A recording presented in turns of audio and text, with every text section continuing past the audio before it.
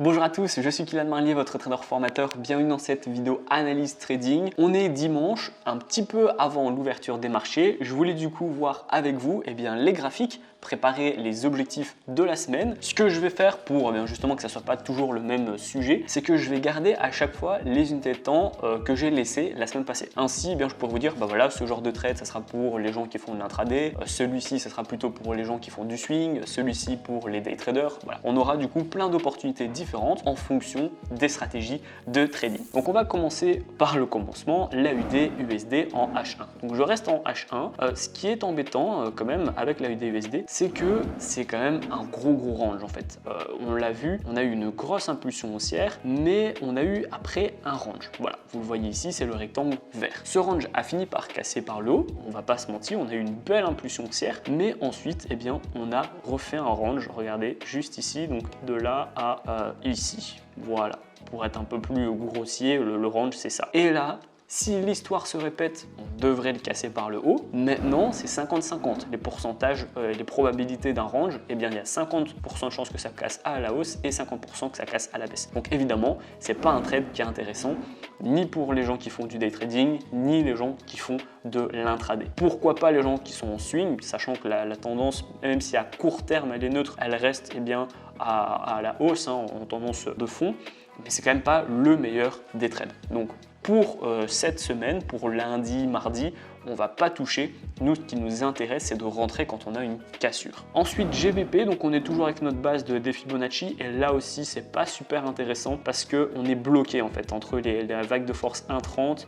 et la 1,32 plus ou moins. Là, on le voit, même si on pourrait faire un giga range en disant que les prix sont bloqués. On n'a pas vraiment une tendance haussière, elle n'est pas vraiment baissière non plus. C'est vraiment pas super intéressant non plus, donc je vais pas m'éterniser là-dessus. On va passer tout de suite sur l'euro USD, qui est déjà un peu plus dessiné, un peu plus intéressant. Vous voyez qu'ici on peut déjà quand même commencer à tracer une tendance, voilà, une sorte de hausse ici, et du coup le bas, hop, voilà, on va relier le bas qui pourrait être ici.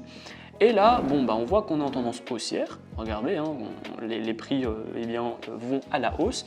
Et une fois qu'on a tenté la hausse, une fois qu'on a tenté le haut du canal haussier, on a un repli technique. Donc là, ça peut être intéressant pour les gens qui font du day trading, voire du swing trading. Ce serait de voir le gap quand si les prix ouvrent à la hausse ou si les prix ouvrent à la baisse. Mais si les prix ouvrent à la baisse, plus ou moins au-dessus des indices pour rebondir sur le support des indices, ou alors rebondir sur le support oblique, ça peut être très intéressant pour acheter.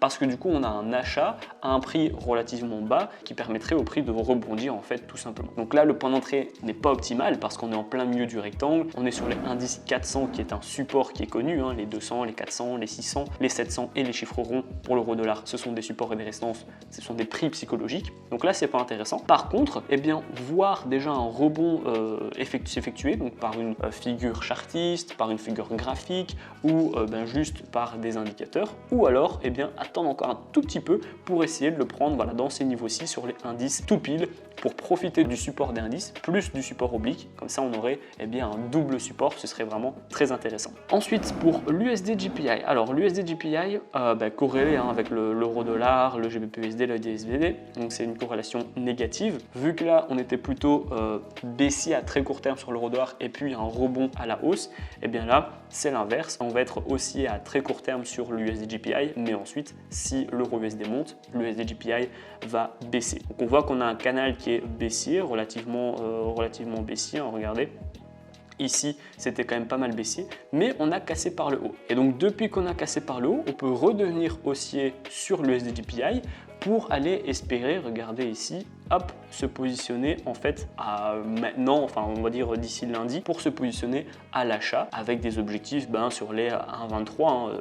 On va essayer d'être un peu plus précis, juste ici, voilà. Donc sur les 1,23 168, ça pourrait être un beau take profit pour les gens qui font de l'intraday et les gens qui font du day trading aussi. Maintenant, c'est une position qui va durer quand même quelques heures, donc ça sera un intraday un peu long. Donc là, on pourrait avoir un take profit, là, on pourrait avoir un point d'entrée et du coup, le stop loss, pas besoin d'être très haut. On pourrait mettre ici un stop loss loss juste là, sachant que si on touche notre stop loss, ça voudra dire qu'on aura cassé par le bas le support oblique et donc on sera plus haussier, on va continuer notre baisse tout simplement. Donc là on a un beau ratio et on a une position qui va pas durer vraiment longtemps. On voit que les bougies en moyenne sont de 15 pips, voilà 15-20 pips. Là on est à 64, donc voilà, 5-6 bougies suffiront, donc on va dire 5 heures plus ou moins pour ce genre de trade, donc de l'intraday voire du day trading, ça peut être intéressant sur ce genre de position. Ensuite l'USD CAD en D1, alors l'USD CAD en D1 il est très compliqué parce que là on voit aussi, je vais zoomer un peu plus,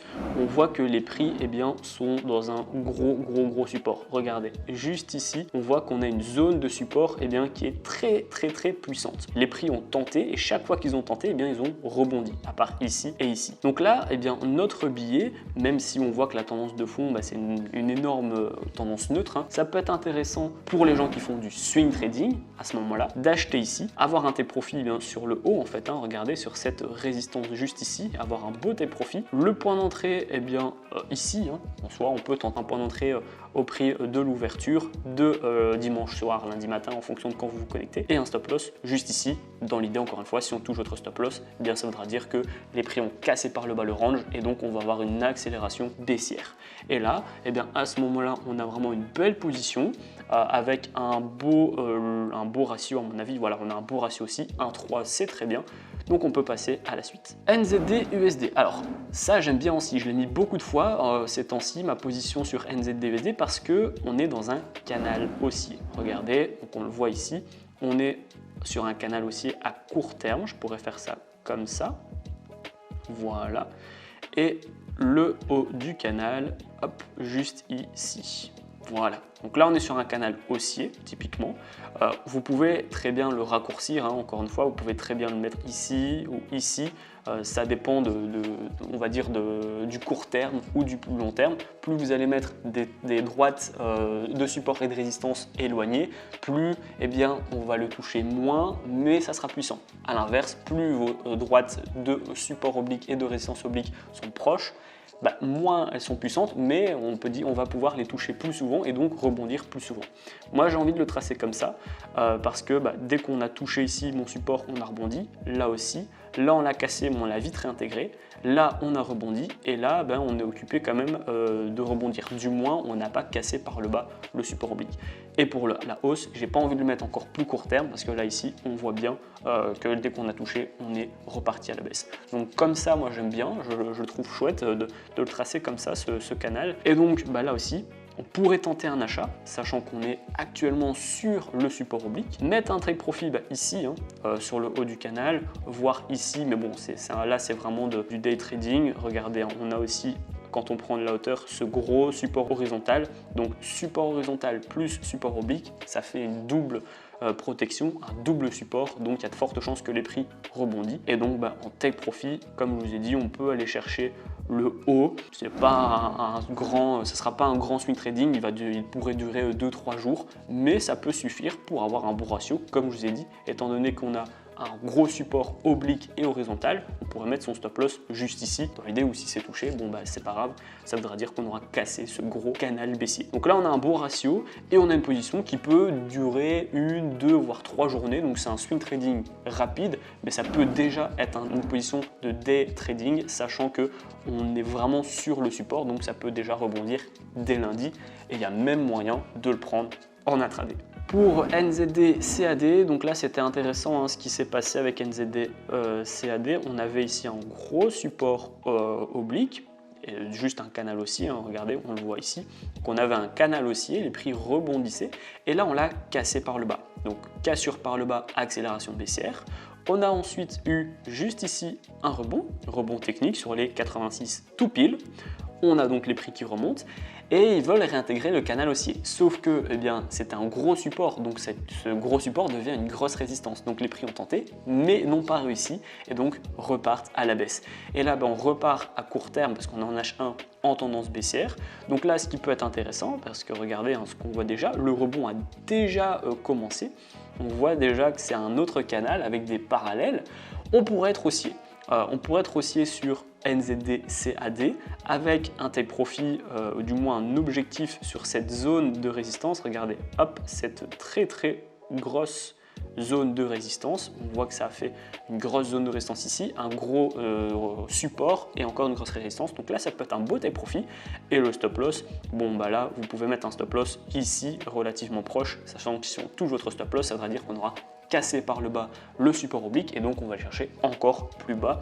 Et à ce moment-là, on repart vraiment dans un gros canal baissier à long terme où là, on a ici clac et donc ça c'est le haut et ça c'est le bas du canal baissier. Donc là c'est un petit peu plus brouillon, je vais supprimer ici pour vous montrer ce que je veux dire. Clac, voilà, ça ce serait en cas de baisse où là en fait on va le chercher plus ou moins ici et puis on repartira à la baisse. Mais je pense pas, moi mon scénario est plutôt haussier comme je vous l'ai montré. Et là vu qu'on en a un, ça peut être une position pour les gens qui font de l'intraday parce qu'on est en plein rebond, pour le day trading également, voire les gens qui font du swing trading. Donc là ici c'est un objectif qu'on va quand même atteindre en day trading minimum. Maintenant les gens qui font de l'intraday, vous pouvez très bien avoir un objectif juste ici, d'accord, sur là la résistance, le support et le support ici. Et les gens qui font du swing peuvent très bien avoir un objectif ici. En fait, c'est assez simple, mais vous pouvez globalement prendre tous le même trade. C'est juste que vous aurez des objectifs différents. Vous ne pouvez pas avoir un objectif ici et dire que vous faites de l'intraday. Pareil, ici, un swing, c'est quand même un peu court. Donc, il suffit en fait de modifier vos objectifs, vos take profit, vos stop loss, et vous verrez que vous aurez à chaque fois une position qui sera un peu plus adaptée à vous. Euro GBP, donc en D1, je m'étais quitté là-dessus. C'est un gros canal baissier ici. On l'a très peu cassé par le haut, mais là, on a fini par vraiment le casser très fortement. À mon avis, c'était un événement fondamental. J'ai pris quelques jours, pour pas dire une semaine de vacances, donc je sais pas trop ce qui s'est passé. Mais en tout cas, là, on voit que le haut du canal est cassé nettement. Donc, on tente un pullback. Ce qui pourrait être intéressant, c'est un achat à ce moment-là. On est en D1 en plus. Donc, ce qui pourrait être, on va dire, tenté pour les gens qui font du day trading et les gens qui font du swing trading, ce serait de mettre un achat ou d'attendre un tout petit peu, voir si les prix vont tenter le pullback jusqu'à la fin. Maintenant, on voit que j'aurais très bien pu refaire ici, par exemple, le voir ici. Donc là, on aurait un support oblique. Donc, tenter un achat, mettre un stop loss ici, un take profit pour les gens qui font du day trading juste ici. Voilà, ça durera une grosse journée, voire deux, donc un day trading un peu plus gourmand. Et sinon, donc les gens qui font du swing, c'est ici la zone de grosse résistance. Regardez, je vous la mets juste ici avec mon rectangle. Voilà, ça c'est toute cette grosse zone de résistance pour les gens qui font du swing trading. Là, on va mettre plusieurs jours à l'atteindre. C'est une très grosse zone de résistance. Donc, swing trading, day trading, avec un stop loss ici. Vous pouvez même le rapprocher un petit peu, mais au moins, vous laissez la possibilité au prix de faire un pullback. Donc voilà, on a pris pas longtemps. J'ai mis 15 minutes avec des explications. Bon là, l'idée de cette vidéo, c'était vraiment de rester sur les unités de temps, sans pour autant trop s'éparpiller. Comme ça, je vous donne des objectifs en fonction de chaque stratégie, en imaginant le fait que vous le faites vous-même et que vous allez sur une ou deux autres unités de temps. Vous pouvez très bien le faire en une demi-heure, trois quarts d'heure. Donc comme je vous l'ai dit, dimanche, vous avez tous 40 minutes dans votre journée. Ça vous permet de préparer vos graphiques pour la semaine, voire pour les prochains jours, et avoir déjà une vision sur ce qui peut se passer. Et ainsi, vous le voyez, là j'ai juste à prendre mon application Notes ou un stylo et un bic, de noter ce que je vous ai dit dans la vidéo qui pouvait être intéressant. Hop, voilà, je note Euro GBP, je note également ici NZD, NZD-CAD, je peux également noter, j'en sais rien moi, NZD-USD pour l'achat. Voilà, je note tout ce qui peut être intéressant, et lundi, je ouvre mes notes, ou le dimanche soir, je dis ok NZD-CAD ou NZD-USD, je regarde si c'est bon ou si malheureusement mon scénario n'est pas bon. Et si par contre ce que j'ai analysé et ce que j'ai attendu s'est révélé bon, j'ai plus qu'à mettre ma position. Et ça vous permet de dès lundi voire dimanche soir, mettre peut-être pas dimanche soir parce que les spreads seront élevés, mais dès lundi matin, quand vous commencez votre semaine, peu importe si vous faites de l'intraday, du day trading ou du swing, eh bien vous avez déjà une position en très peu de temps et vous pouvez déjà repartir pour aller travailler. La vidéo est terminée, j'espère qu'elle vous a plu. Si c'est le cas, n'hésitez pas à me le dire en commentaire. Je sais que vous me demandez souvent de faire plus d'analyses de ce type-là, donc pas de souci, je le fais. J'essaie juste de différencier un petit peu à chaque fois les stratégies ou les méthodes ou la façon d'analyser pour pas que ça soit trop ennuyant. Maintenant voilà, vous m'en demandez, les voici, les vidéos d'analyse que vous aimez. Dans tous les cas, si vous êtes encore en difficulté avec le trading, pas de panique, vous allez retrouver dans la description, c'est le tout premier lien, ma formation offerte afin de faire vos premiers pas et vos premiers gains dans le monde du trading. Je vais dans la première vidéo vous expliquer comment créer un compte sur une plateforme ergonomique pour les débutants. Je vais ensuite vous expliquer des stratégies. Ce sont des stratégies qui sont toutes faites pour les débutants et que vous allez pouvoir copier et coller et modifier en fonction de votre profil d'investisseur. On va voir ensemble des indicateurs qui vont dire quand acheter, quand vendre, quand couper votre position. Pour les débutants, super facile à comprendre, mais je vais vous expliquer comment j'ai fait mes premiers 1000 € par mois avec le trading. Et enfin, on va voir ensemble les take profits et les stop loss pour que vous puissiez être un trader qui dure dans le temps. La vidéo est terminée, j'espère qu'elle vous a plu. Si c'est le cas, n'hésitez pas à la liker, à la partager et surtout abonnez-vous. Moi, je vous dis à très bientôt pour les prochaines vidéos. Ciao, ciao.